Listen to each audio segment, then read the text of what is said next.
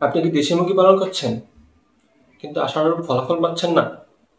তাহলে আমি আজকে আপনাদেরকে এমন একটা কৌশল বলবো যেটা আপনার খামারের জন্য হতে পারে গেম চেঞ্জার একটা বিষয়। আমি নাজমুল হোসেন অনন্ত, একজন ভেটেরিনারি ডাক্তার। আমি আজকে আপনাদেরকে ক্রিপ ফিডিং যে বিষয়টা সেটা নিয়ে আলোচনা করব এবং বলবো সেটা আপনার খামারের জন্য কিভাবে বৈপ্লবিক পরিবর্তন আনতে পারে। ক্রিপ ফিডিং ক্রিপ ফিডিং আসলে কি?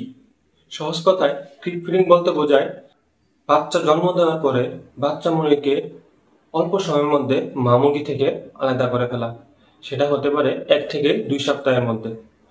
গরমকালে সেটা 5 থেকে 7 দিন এবং শীতকালে সেটা 10 থেকে 15 দিন হতে পারে। ওই সময়ের মধ্যে বাচ্চা মুরগিকে মা মুরগি থেকে আলাদা করে ফেলা হয়।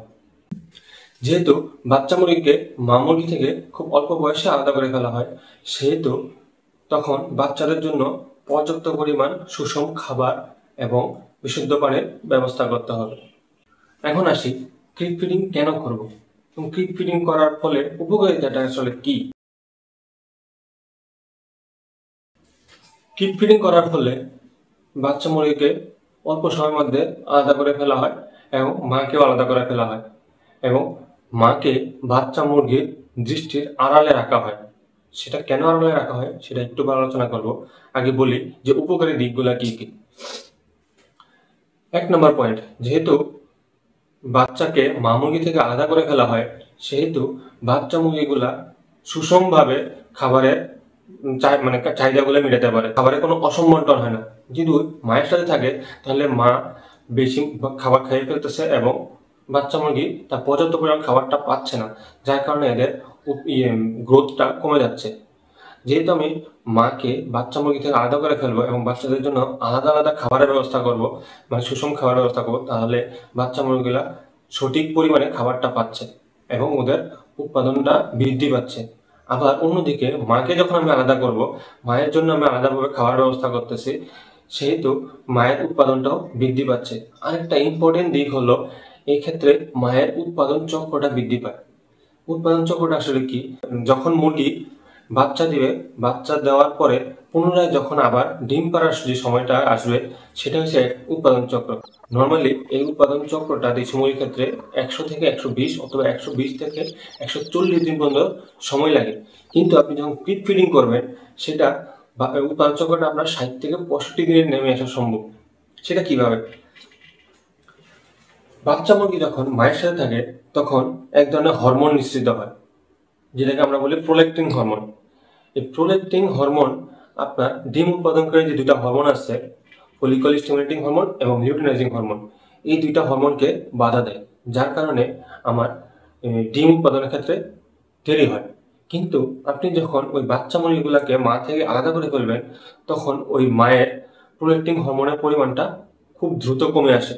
যেহেতু প্রোল্যাক্টিন হরমোনের পরিমাণ কমে আসতেছে, সেহেতু আমার ফলিকল এবং লিউটিনাইজিং হরমোনটা আমার বৃদ্ধি পাচ্ছে। ফলে মুরগি তাড়াতাড়ি ডিম উৎপাদনের জন্য তা আবার উৎপাদন চক্রে ফিরে আসতেছে এবং যেটা 20 দিনের মতো কমিয়ে আনা সম্ভব উৎপাদন চক্র। সেক্ষেত্রে তখন 60 থেকে 65 দিনেই মুরগি আবার উৎপাদন চক্রে আসতে পারতেছে। তাহলে আমার উৎপাদন বৃদ্ধি পাচ্ছে। নর্মালি আমার উৎপাদন বৃদ্ধি পাচ্ছে, যেটা আমার 100 থেকে 120 অথবা 120 থেকে 140 দিনে হওয়ার কথা, সেটা 60 থেকে 65 দিনে হয়ে যাচ্ছে। তাহলে মা মুরগির উৎপাদন বৃদ্ধি পাচ্ছে। দ্বিতীয়ত, এই ক্রিপ ফিডিং এর ফলে ডিম উৎপাদনও বৃদ্ধি পাচ্ছে। যেখানে মুরগি বছরে গড়ে আপনার 45 থেকে 50টা ডিম দেয়, সেখানে ক্রিপ ফিডিং এর ফলে গবেষণা দেখা গেছে 90 থেকে 99টা পর্যন্ত ডিম দিতে পারে।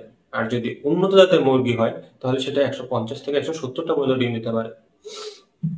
এটা গেল মা মুরগির ক্ষেত্রে উপকারিতা। বাচ্চা মুরগির ক্ষেত্রে কি উপকারিতা হয়? আমরা যে পদ্ধতিতে বা দেশীয় যে পদ্ধতিতে আমরা মুরগি পালন করি, সেক্ষেত্রে মুরগি মৃত্যু হার কিন্তু অনেক বেশি।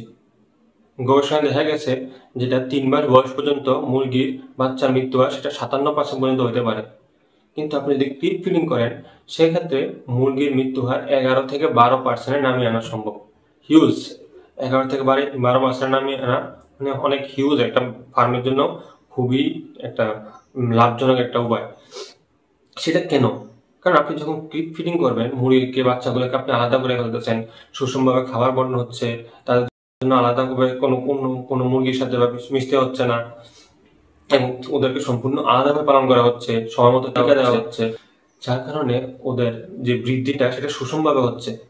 এবং এটাও গবেষণা দেখা গেছে যে আমরা ঐতিহ্যগতভাবে আমরা যেভাবে মুরগি পালন করি তার তুলনায় আমরা যদি ক্রিপ ফিডিং এ মুরগি পালন করি 7 থেকে 8 মাস বয়সে সেটা মানে ওই 7 থেকে 8 মাস বয়সে সেটা মুরগির ওজন প্রায় 200 গ্রাম বৃদ্ধি পায়, যদি আমরা পুরাতন পদ্ধতি যে পদ্ধতি আছে ওই পদ্ধতিতে মুরগি পালন না করে ক্রিপ ফিডিং এ মুরগি পালন করি। তাহলে এটাও কিন্তু মুরগির ওজন বৃদ্ধি, বাচ্চার ওজন বৃদ্ধি পাচ্ছে, রোগ প্রতিরোধ ক্ষমতা বৃদ্ধি পাচ্ছে, সঠিকভাবে গ্রোথ হচ্ছে। খুবই ইম্পর্টেন্ট একটা বিষয়, সেটা বাচ্চা মৃত্যু হার কমে যাচ্ছে। তাহলেই দেখুন ক্রিপ ফিডিং কিন্তু খুবই মানে খামারের জন্য খুবই একটা উপকারী দিক। আজকে এ পর্যন্তই। পরবর্তী ভিডিওতে আমরা ফার্মেন্টেড ফিড নিয়ে আলোচনা করবো। ফার্মেন্টেড ফিড কেন মুরগির জন্য খাওয়ানো উচিত, বা মুরগি খেলে কোনো উপকার আছে কিনা বা কোনো অপকারী দিক আছে কিনা, সেটা নিয়ে আমরা পরবর্তী ভিডিওতে আলোচনা করবো।